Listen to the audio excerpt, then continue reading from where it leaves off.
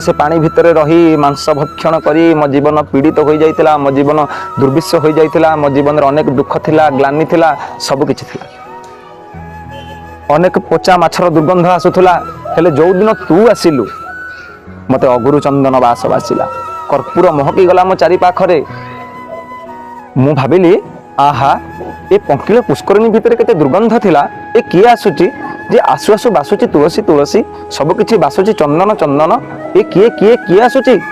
ए कथा भाई मु जेतिकी चिंता करूची से बासना मोर सेतिकी निकटतर होउची, काहेकि ना तू पुष्करिणी आडू सेते सेते बेसी आसुची।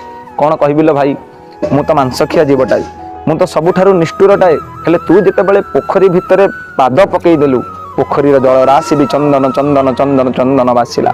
मु कहली आहा एमती पावन आत्मा श्रेष्ठ आत्मा किए अछंती, जार पाद पड़गले पानी भी पालटि जाए चंदन, पानी भी छेरार महक दिए। भाविली एमती परम श्रेष्ठ आत्मार पाद टिके छुईदेवी, तो पाद टिके छुईबा पई पळेई आसिल भाई।